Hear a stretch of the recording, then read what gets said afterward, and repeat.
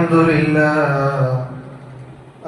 لله رب العالمين والعاقبة للمتقين الصلاة والسلام على أشرف المرسلين وعلى آله وصحبه أجمعين. بسم الله الرحمن الرحيم. ويا قوم من ينصرني من الله إن طردتهم أفلا تذكرون. മഹാനായ നൂഹ് നബി അലൈഹിസ്സലാത്തു വസ്സലാമിന്റെ ജനതയെ കുറിച്ചാണ് നമ്മൾ പരാമർശിച്ചു വന്നത്.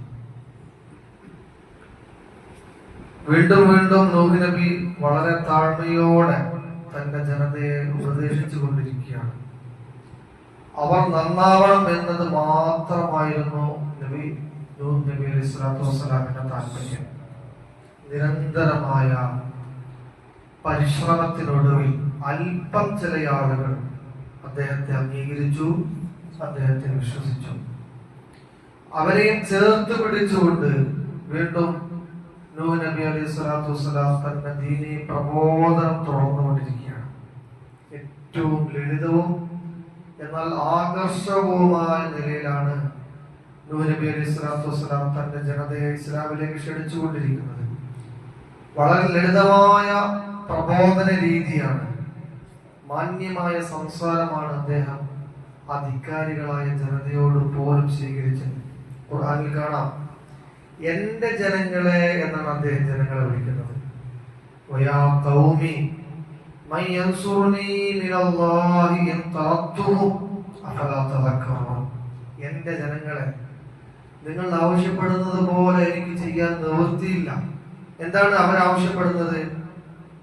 നൂഹ് നബി അലൈഹിസ്സലാത്തു വസ്സലാമിന്റെ കൂടെ ഇപ്പോൾ വന്ന അല്പം കുറച്ച് ആളുകളുണ്ടല്ലോ, അവരെ നൂഹിൽ നിന്ന് മാറ്റണം എന്നാണ് അവർ ആവശ്യപ്പെട്ടുകൊണ്ടിരിക്കുന്നത്.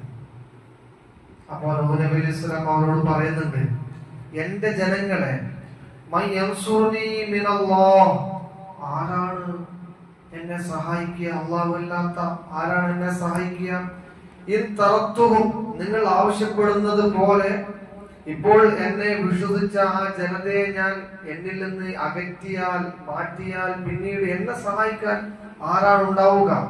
അഫലാ തദക്കറൂൻ, നിങ്ങൾ എന്താ ചിന്തിക്കാത്തത്?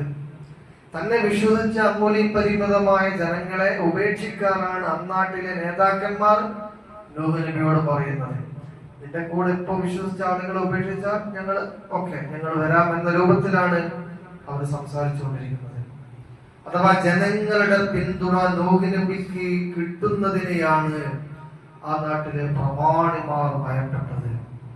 പക്ഷേ നൂഹ് നബി അലൈഹിസ്സലാത്തു വസ്സലാം അവരുടെ സമ്മർദ്ദത്തിന് വഴങ്ങിയില്ല. വീണ്ടും നൂഹ് നബി തന്നെ വിശ്വസിച്ച ജനങ്ങളെയും കൂട്ടിപ്പിടിച്ചുകൊണ്ട് അവരോട് പ്രബോധനം തുടരുകയാണ്. ഖുർആൻ പറയുന്നു, വലാ അഖൂലു ലക്കും ഇൻദി ഖസാഇനുല്ലാഹ്, നിങ്ങൾ വളരെ വലിയ പ്രമാണിമാരും മുതലാളിമാരും അധികാരികളും ഒക്കെ ആയിരിക്കാം, പക്ഷേ ഞാൻ ദുർബലനാണ്, സാമ്പത്തികമായ ശേഷി ഇല്ലാത്തവനാണ്.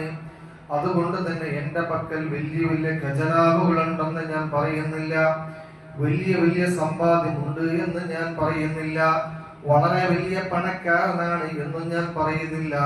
അല്ലെങ്കിൽ നിങ്ങളെല്ലാം എന്റെ കൂടെ വന്നു കഴിഞ്ഞാൽ എല്ലാവർക്കും നല്ല പ്രതാപവും വലിയ പണവും ഉണ്ടാകും എന്നൊന്നും ഞാൻ നിങ്ങളോട് വാഗ്ദാനം ചെയ്യുന്നില്ല.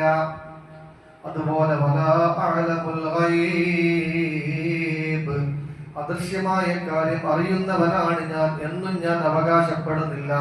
അഥവാ പടച്ചവനോളം സ്ഥാനങ്ങൾ എനിക്കുണ്ട് എന്നും പടച്ചവന്റെ കഴിവുകളൊക്കെ ഞാൻ ആവാഹിച്ചു എന്നും ഞാൻ നിങ്ങളോട് പറയുന്നില്ല.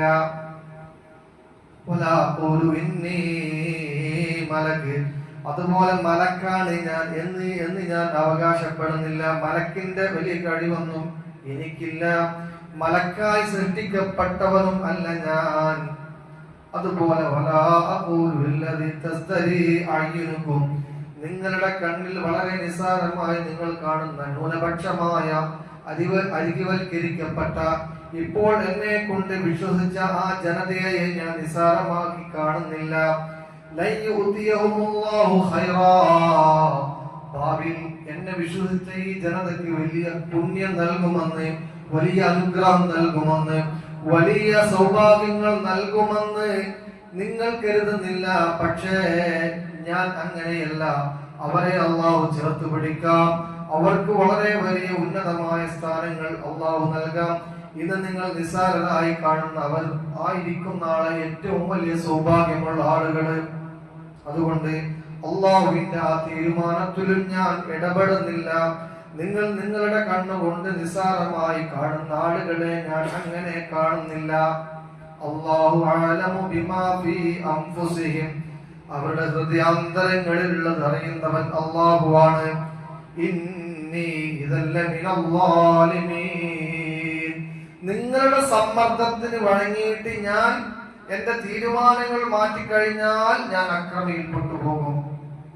അതുകൊണ്ട് ജനങ്ങളെ, ഞാൻ പറയുന്ന നീതിയുടെ സത്യത്തിന്റെ വഴിയിലേക്ക് നിങ്ങൾ വരണമെന്ന് വളരെ താഴ്മയായി നൂഹ് നബി അലൈഹി സ്വലാത്തു വസ്സലാം വീണ്ടും അവരോട് ആവശ്യപ്പെടുകയാണ്. അല്ലാഹു സുബ്ഹാനഹു വ തആല പറഞ്ഞത് കേട്ടതുമായ കാര്യം നമ്മൾ കബൂൽ ചെയ്യുമാറാവട്ടെ. അസ്സലാമു അലൈക്കും വറഹ്മത്തുള്ളാഹി വബറകാതുഹു.